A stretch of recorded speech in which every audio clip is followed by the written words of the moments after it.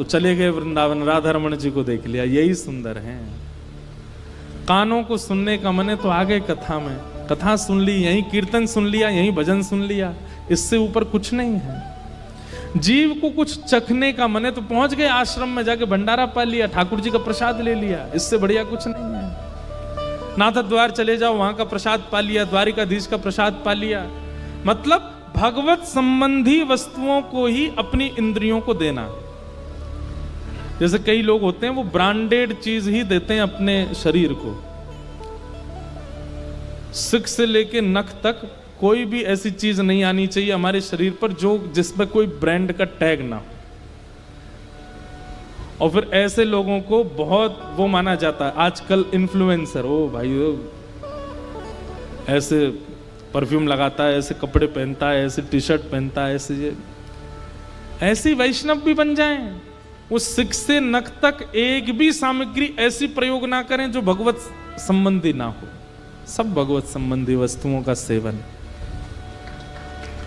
जल भी भगवत प्रसाद, अन्न भी भगवत प्रसाद, वस्त्र भी भगवत प्रसाद, तिलक भी भगवत प्रसाद, सब कुछ भगवत प्रसाद। जितेंद्रिय, ये तीन लक्षण जिसमें हैं उसको ठाकुर जी अपना सखा मान लेते हैं, ठाकुर जी अपना सखा बना लेते हैं।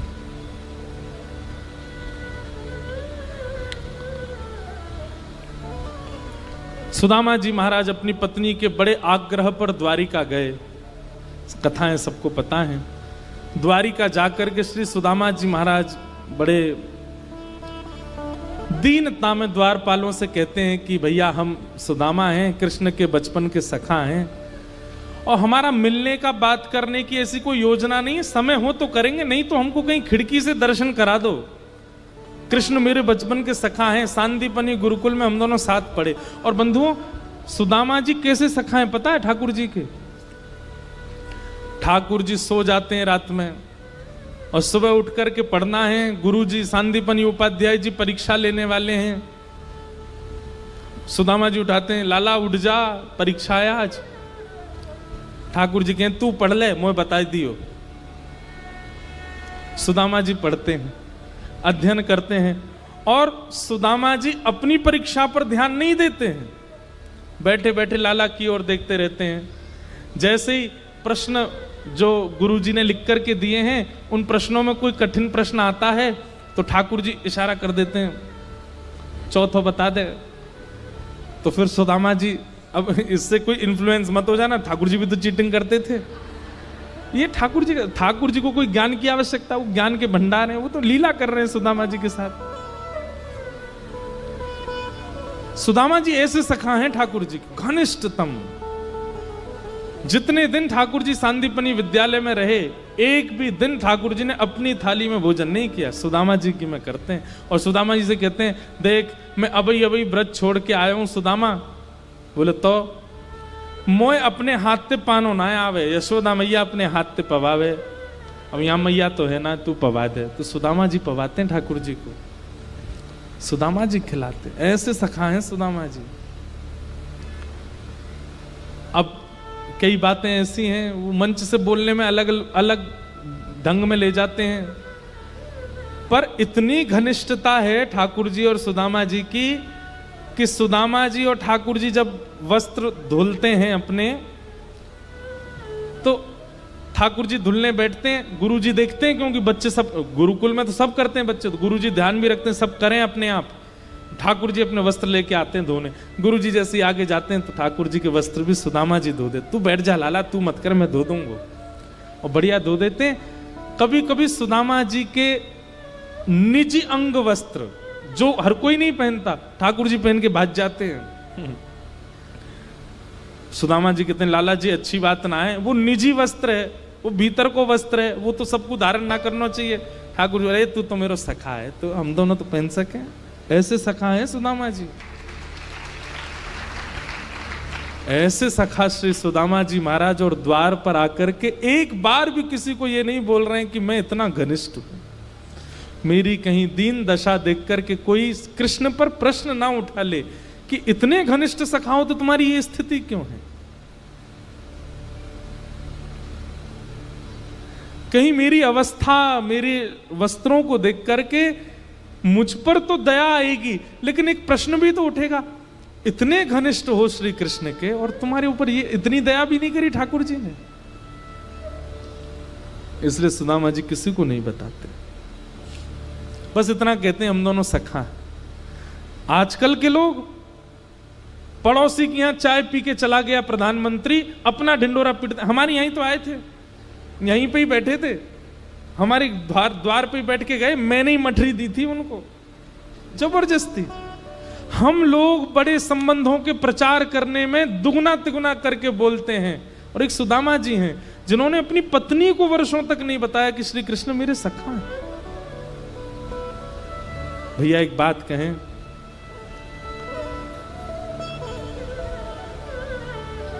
जहां पवित्र संबंध होता है ना, उसका ढिंडोरा नहीं पीटना पड़ता, उसका बहुत बहु प्रचार नहीं करना पड़ता। आजकल बुरा नहीं मानिएगा, प्रचार का जमाना है। आप लोगों से कान पकड़ के क्षमा मांग रहा हूं मैं। हमसे जितने लोग मिलने आते हैं ना, अगर उन सबके फोन बाहर जब्त कर लिए जाएं कि फोटो नहीं खींचना महाराज जी के साथ, आधे तो वहीं से लौट जाएंगे। बिना फोटो के काय को जाना, कोई महाराज जी हमारा कुछ दे रहे हैं, हमें फोटो ही तो चाहिए हमें। प्रचार। और एक सुदामा जी हैं, ऐसे घनिष्ठ सखा हैं श्री कृष्ण के, लेकिन किसी से इसलिए नहीं कहते हैं क्योंकि कहीं ये कोई ये ना सोच ले कि इन पर कृपा नहीं की श्री कृष्ण ने। द्वारपालों से जाकर के कहते हैं,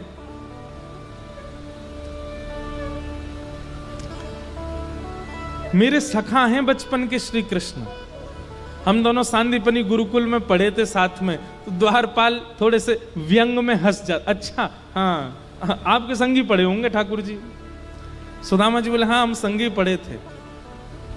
मैं मिलने नहीं आया हूं, मैं उनसे कोई बैठ के मुझे वार्ता नहीं करनी है, कोई उनके साथ भोजन प्रसाद कुछ देना लेना भी नहीं है। हो जाए तो आप करा देना, नहीं तो कोई खिड़की हो जहां से वो मुझे दिख जाए, मैं देख करके वापस चला जाऊंगा। कहीं कहीं कहते हैं द्वारपालों ने धक्का दे दिया, द्वारपालों ने भगा दिया, ऐसा नहीं हुआ। भगवान के द्वारपाल हैं, वो ऐसा नहीं कर सकते। द्वारपालों ने सुदामा जी को बैठाया, पर द्वारपालों को यह विश्वास नहीं था कि ये ठाकुर जी का सखा है। द्वारपाल बोले आप बैठिए, हम देखते हैं कुछ योजना।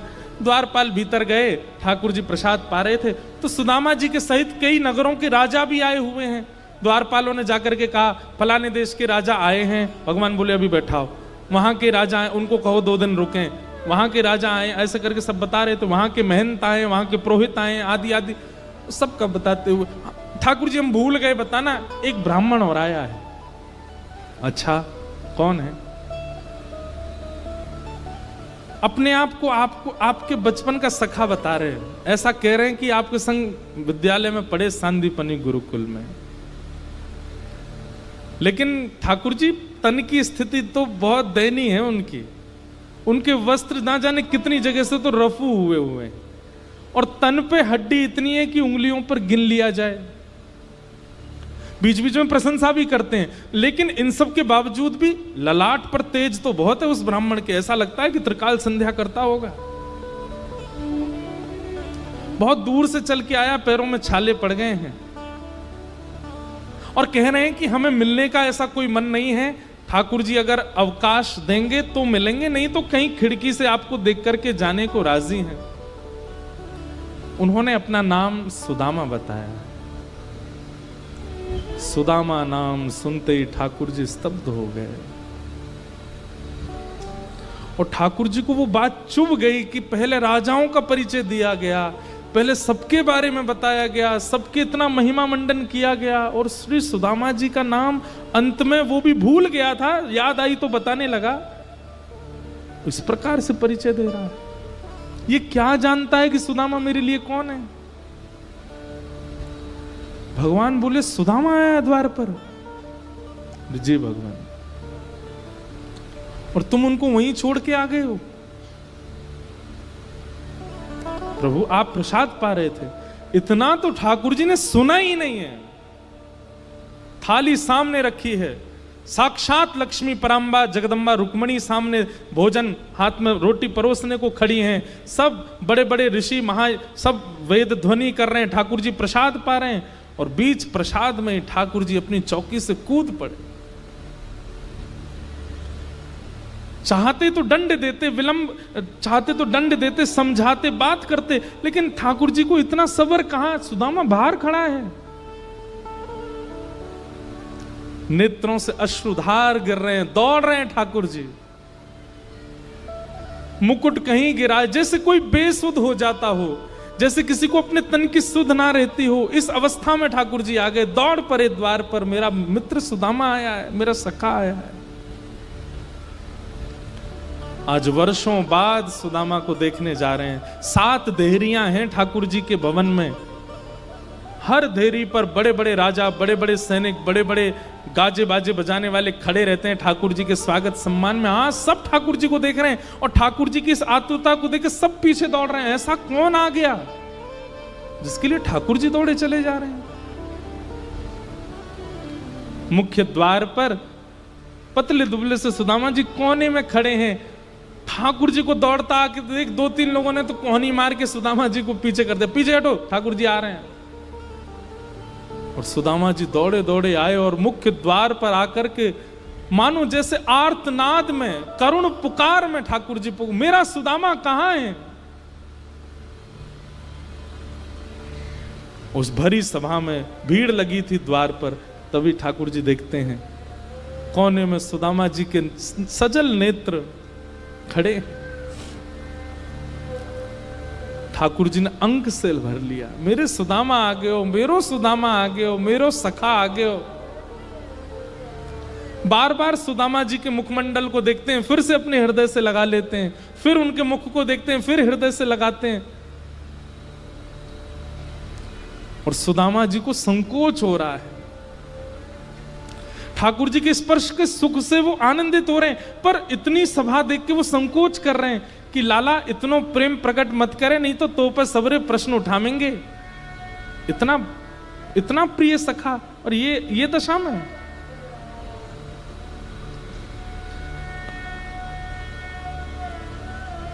सुदामा जी ने अपने गाल से, अपने अधर से, अपनी नाक से, अपने माथे से सबसे स्पर्श किया सुदामा जी का।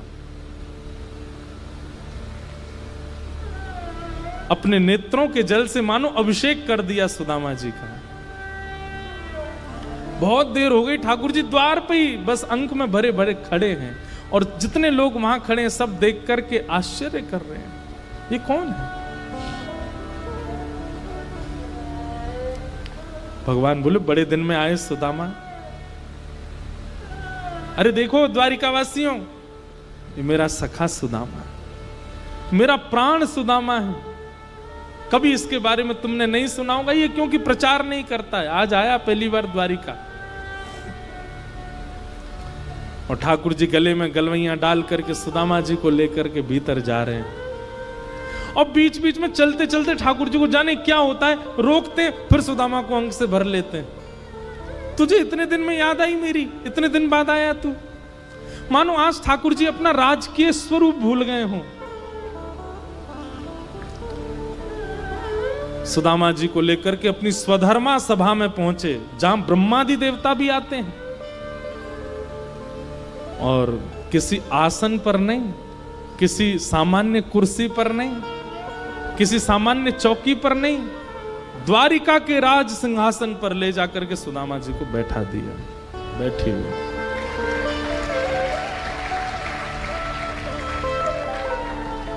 सुदामा जी बोले, लाला मैं यहाँ को अधिकारी ना हूं। ठाकुर जी बोले, आपका अधिकार मुझसे अच्छा कोई नहीं जानता, बैठ जाओ चुपचाप, यहीं बैठो। और रुक्मणी जी को इशारा किया, देख क्या रही हो, जल्दी पात्र लाओ, चरण धोने सुदामा जी के। ठाकुर सुदामा जी बोले, लाला ये सब मत करें, वो बहुत संकोच है। और भीड़ लग गई है वहां पर, और सब आश्चर्य में देख रहे हैं, ऐसा क्या है इस पतले दुबले ब्राह्मण में जिसके लिए ठाकुर जी ये सब कर रहे हैं। सुदामा जी के चरणों को एक परात्म पद रहा। सुदामा जी रो रहे हैं कि जगन्नाथ साक्षात मेरे चरण में बैठे।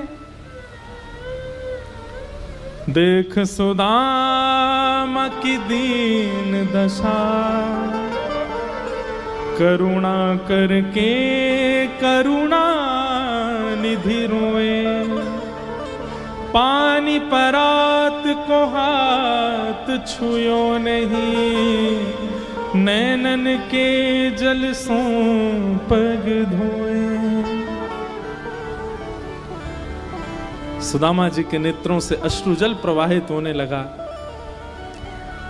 लेकिन ठाकुर जी के नेत्रों से प्रवाह इतना तीव्र था कि जल लिए रुक्मणी जी खड़ी रह गईं और ठाकुर जी ने अपने अश्रु जल से सुदामा जी के चरण धो दिए। चरणों की स्थिति देखकर के ठाकुर जी इतनी पीड़ा में आ गए, अपने शीश से सुदामा जी के चरण लगाए और जितना जल एकत्रित हुआ उसको एक पात्र में भर करके ठाकुर जी ने 3 घूंट तो ठाकुर जी ने धारण किए। सुदामा जी रोकने, लाला जी सब मत करे, मैंने पाम भी ना धोए, मैं कितनों दूर से चल के आया हूं। अरे लाला मामे देख रक्त निकल रहा है, मेरी एड़ी फट गई है, ये सब मत करे लाला। ठाकुर जी कह रहे चुपचाप बैठे रहो, कुछ मत बोलो। ठाकुर जी उसको पान कर रहे हैं।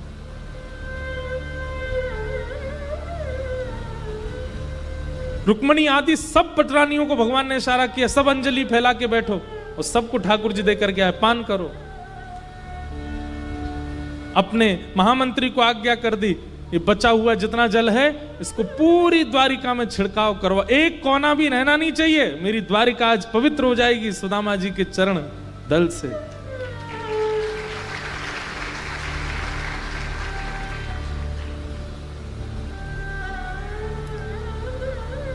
इतना मान देते हैं ठाकुर जी। और बैठ गए चरणों को अपनी गोद में रख करके और सुदामा जी से बोल रहे हैं, बहुत दिन में आए, मेरी याद ना आवे तुम्हें?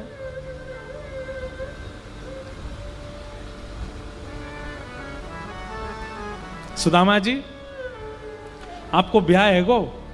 ठाकुर जी पूछ रहे हैं। सुदामा जी बोले हाँ लाला है गो। अच्छा मोए ना बुलायो ब्याह में?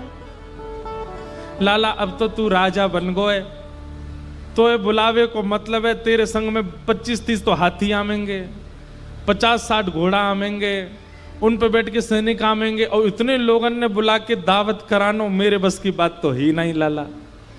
हमारे ब्याह में तो हम दुल्हा दुल्हन ही भूखे रह गए, भोजन की व्यवस्था ही नहीं, ऐसा तो ब्याह है तो कैसे बुला? तो लाला तू बता तेरो ब्याह है वो? ठाकुर जी बोले कोई और बात करते। नहीं लाला बता तेरो ब्याह ना भयो। अरे जे फिर पास में मंत्री खड़े थे उनसे बोले विद्यालय में मोतियों के तो देखियो सुदामा इतने ब्याह करूंगो कि मेरे नगर में मेरी बहू रहेंगी और कोई ना रहेगो, इतने ब्याह करूंगो। मंत्री आदि बोले तो कर भी लिए हैं इन्होंने। सुदामा भी बोले लाला तेरो ब्याह है गो? बोले हाँ है गो। कहाँ है भाभी? कहाँ है भाभी? ते तो मिलवाने। ठाकुर जी बोले भाभी से मिलोगे? बोले हाँ न मिलवा दे। कहाँ है भाभी? इतनी सारी लुगाई खड़ी है, इनमें तो कौन सी है? बोले बैठो अभी बुलाते हैं। ठाकुर जी ने इशारा किया, आओ सब लाइन से प्रणाम करो। मैं रुक्मणी प्रणाम। अच्छा भाभी जी जय, देवी चरसो भाग्यवती रहो। मैं जामवती प्रणाम, देवी चरसो भाग्यवती। मैं सत्यभामा प्रणाम, मैं कालिंदी प्रणाम, चरसो भाग्यवती रहो। मैं मित्रविंदा, मैं लक्ष्मणा, मैं भद्रा, सब प्रणाम करते करते 500 प्रणाम कर गई सुदामा जी को। सुदामा जी धीमे धीमे ऐसे हो गए, लाला लेके तकिया धर दे यहाँ पे नीचे, हाथ धार को मेरो। ठाकुर जी हाथ के नीचे कोनी के नीचे हाथ लगा खड़े हैं, लोग करो प्रणाम दो। जब 1000 प्रणाम कर गई सुदामा जी बोले लाला पत्रो दुबरो शरीर में तो पधार जाऊंगो। अच्छा एक बात बता, ये सब अपनी है? ठाकुर जी बोले अपनी है। कितनी और हैं? भगवान बोले 1000 चली गई, अभी 15,108 और हैं। सुदामा बोले लाला तेने इतने ब्याह किए? भैया लाला देख मैं तो पत्र तो ब्राह्मण, हार जाऊंगो, मेरे तो शरीर में ताकत ही ना है। एक काम कर, पत्नी 16,108 हैं, पति तो तू ही अकेला है। बोला पति मैं ही हूं, तू प्रणाम कर, मैं तो आशीर्वाद दूं, आजा।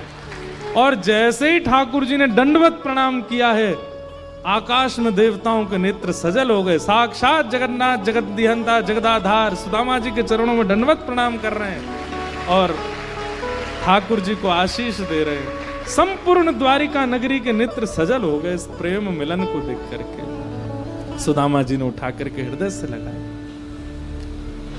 ऐसा प्रेमत्व है श्री सुदामा जी का और ठाकुर जी का। सुदामा जी से भगवान बोले भाभी ने मेरे लिए कुछ भेजा होगा। एक पोटली में चावल लेकर के गए थे, वो भी पोटली में फटी हुई थी, चावल भी 4 घर के थे। सुदामा जी को देने में बड़ी शर्म आ रही थी। सुदामा जी अभिमानी नहीं, अभिमान करेंगे किस बात का, और होना भी नहीं चाहिए, लेकिन स्वाभिमानी है सुदामा जी, अपने स्वाभिमान की, और स्वाभिमानी व्यक्ति को होना चाहिए। सुदामा जी को लगे ये सबके सामने नहीं दिखाऊंगा, नहीं तो लोग यही पे प्रश्न उठाएंगे, कैसे सुदामा, और अभी भी उठा ही रहे होंगे। ठाकुर जी ने पोटली छीन ली, खोल करके देखा तो 4 जगह के चावल देख करके ठाकुर जी समझ गए एक भी दाना इसके घर का नहीं है। और ऐसी स्थिति में सुदामा कभी शिकायत नहीं करता। भगवान ने एक मुट्ठी चावल खा ली, बोले मैं इंद्र की संपदा सुदामा को देता हूं। दूसरी मुट्ठी चावल खाई, बोले इंद्र की संपदा कमे, मैं तीनों लोगों की संपदा सुदामा को देता हूं। और तीसरी मुट्ठी चावल खा के ठाकुर जी बोले तीनों लोग भी कमे, मैं लक्ष्मी को इसकी दासी बनाता हूं। रुक्मणी जी ने हाथ पकड़ लिया, बोले मैं आपके पास ही रहूंगी, लक्ष्मी को दासी मत बनाओ। लेकिन ये सब बोल करके नहीं कर रहे हैं ठाकुर जी, बस 3 मुट्ठी चावल पा गए। लक्ष्मी जी ने देख लिया, रुक्मणी जी ने देख लिया कर क्या रहे हैं। सुदामा जी बोले लाला अब बहुत विलंब है, क्यों मैं वापस जाऊं? ठाकुर जी बोले जाओ, फिर आ जाओ, आते रही हूं, अगली बार भाभी को लेके आई हूं। और श्री सुदामा जी महाराज जैसे ही अपने नगर को निकले, कुछ दिनों बाद जब पहुंचे तो सुदामा मंदिर देख डरे महाराज, वहां तो बड़े बड़े महल खड़े हैं। सुदामा जी बोले भैया यहां तो हती मेरी छोटी सी झोपड़िया, कंचन महल खड़े। द्वारपालों से पूछा भैया ये कौन सा नगर है? बोले सुदामा नगरी है। अच्छा, यहां मेरी छोटी सी झोपड़ी थी वो कहां गई? बोले हमको नहीं पता, हमको तो बने बनाए महल मिले, हम तो बाद में ड्यूटी पे आए हैं यहाँ पे। अच्छा, इस भवन में यहाँ के मालिक जो होंगे उन्होंने मेरी कुटिया कहीं कर दी होगी, उनसे पूछ लो कहाँ हैं। वो हमारे मालिक तो द्वारिका गए हैं। सुदामा जी बोले ऐसा क्यों लग रहा है ये मैं ही हूं? अरे नहीं नहीं हम नहीं है, श्री कन्हैया ने तो बताओ हमारी धोती ना बदली, जा में गए वही में आ गए, का देखो। अच्छा, उनकी पत्नी तो होंगी सुशीला। सुदामा जी बोले अगर हमारी पतली दुबली फटी सी साड़ी में पत्नी होगी तो समझ जाएंगे ये हम ही हैं, नहीं तो चले जाएंगे। लेकिन जब जब आवे संतोष घन, सब धन धूर समान। जब संतोष जीवन में आना, एक बात आपको बहुत गूढ़ता बताएं, व्यक्ति धनवान होने के बाद आप देखेंगे उसके गाल फूलने लगते हैं, थोड़ा मोटापा आने लगता है, थोड़ा सा वो पहले से हेल्दी होने लगता है। क्यों? रोटी खाता है, दाल चावल खाता है, पहले से अधिक खाता है, इसलिए नहीं, क्योंकि वो प्रसन्न रहने लगता है। और प्रसन्न जब व्यक्ति रहता है ना तो एक रोटी भी फलती है उसको। और अप्रसन्न व्यक्ति, हमारे संग इतने कई सारे लोग रहते हैं पतरे दुबरे, 20-20 रोटी खाते हैं, कुछ नहीं होता उनको, अप्रसन्न रहते हैं।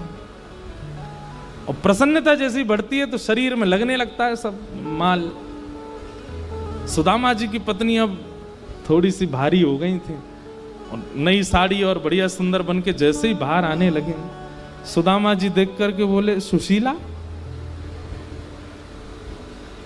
सुदामा जी बोले जे नहीं है भैया, हमारी तो पतरी दुबरी सी कहां पर जा रहे हैं। जैसे ही जाने लगे पीछे से ठाकुर जी की आवाज, सुदामा जी। पीछे मुड़ करके देखा तो सुशीला के गले में गलवैया डाल के द्वारिकाधीश वहीं खड़े हैं। सुदामा जी बोले लाला जी तेने कहा कियो? ठाकुर जी से बोले मैंने तो कछु ना मांगी, फिर तेने काय को दियो मुझे? ठाकुर जी बोले जो मुझसे कुछ नहीं मांगता उसको तो मैं खुद को दे देता हूं सुदामा जी। आप कैसी बात कर रहे हैं, और आप मेरे परम सखा सुदामा हैं। अब ये महल संपत्ति, इनसे ये मत सोचिएगा कि आपका भजन घटेगा। मैं एक रूप से द्वारिका में हूं, एक रूप से आपके पास ही रहूंगा, आप सदा आपके संग ही रहूंगा, आप यहीं रहो। और श्री सुदामा जी को लेकर के ठाकुर जी भीतर प्रवेश, ठाकुर जी अंतरंग भाव से सुदामा जी के भवन में ही रहने लगे, एक रूप से द्वारिका में लीला कर रहे हैं। ऐसे ठाकुर जी ने सुदामा जी पर अनुग्रह किया। बोलो भक्त वत्सल भगवान की। जिसको तेरा भरोसा, जिसको तेरा सहारा, जिसको तेरा भरोसा, जिसको तेरा सहारा, जिसको तेरा भरोसा, जिसको तेरा सहारा, जिसको तेरा भरोसा, जिसको तेरा सहारा। मझधार क्या करेगा, मझधार ही किनारा, मझधार क्या करेगा, मझधार ही किनारा। तेरी कृपा से भगवन भक्तों की नाव चलती, तेरी कृपा से भगवन भक्तों की नाव चलती, तूफान आंधियों में उनको भी राह मिलती, तूफान आंधियों में उनको भी राह मिलती। तैयार तू है हरदम, तैयार तू है हरदम, जब भी तुझे पुकारा, तैयार तू है हरदम, जब भी तुम्हें पुकारा। जिसको तेरा भरोसा, जिसको तेरा सहारा, जिसको तेरा भरोसा, जिसको तेरा सहारा, जिसको तेरा भरोसा, जिसको तेरा सहारा, जिसको तेरा भरोसा, जिसको तेरा सहारा। मझधार क्या करेगा, मझधार ही किनारा, मझधार क्या करेगा, मझधार ही किनारा। होठों पे नाम तेरा, दिल में उमंग तेरी, होठों पे नाम तेरा, दिल में उमंग तेरी। अलमस्त सार हूँ मैं, छाई तरंग तेरी, अलमस्त सार हूँ मैं, छाई तरंग तेरी। रोशन है काल कर तेरा सहारा